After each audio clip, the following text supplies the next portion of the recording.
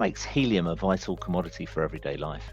As spoken about before, helium touches most of our lives every day, as helium, it facilitates the manufacturing of consumer electronics. But I think that's been mentioned quite a few times. But interestingly, presently, Thailand and Vietnam and other swaths of Southeast Asia are experiencing a real surge in demand for helium. And that's largely connected to a demand from the population for improvements in healthcare. So as governments kind of increase their focus on healthcare to meet population's demands for improvements, and this is not just with MRI scanners, there are many cryogenic applications in medicine where helium is definitely required. So if you look at kind of a population demand for improvements in healthcare, the government's realization connected to that, then you will see trending alongside that an increased demand for helium. So it's very easy to see how vital helium is there for population groups, not just for consumer electronics, but for healthcare too. So how is helium the forgotten commodity in the technology we use daily? So it's like with anything, with convenience comes the expectation that it will always be there. You know, we assume that it will always be this convenient, this efficient, this abundant. So ultimately that leads to us taking things for granted.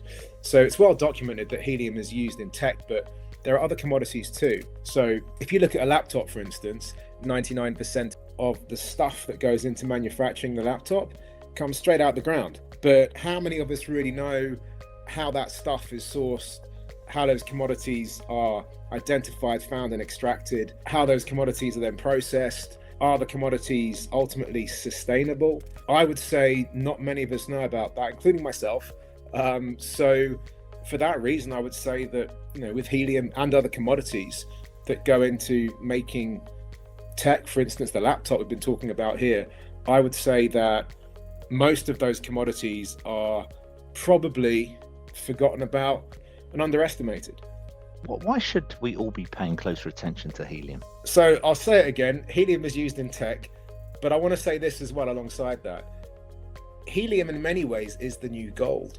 Why is that? Okay, so if you think back to the era like the 60s, the 70s, the 80s, some areas of society would consider that wearing gold on your personage or owning gold, you know, in terms of coins or gold bars or whatever, or having, you know, gold teeth or whatever it might be.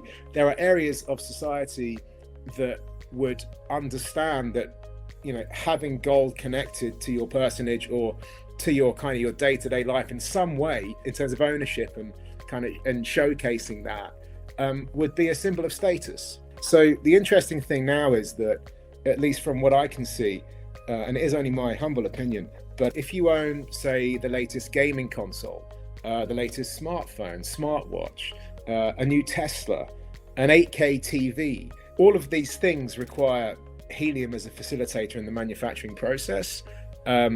Helium therefore enables new tech to be designed, built, sold. So if you're an owner of new tech, it ups your status.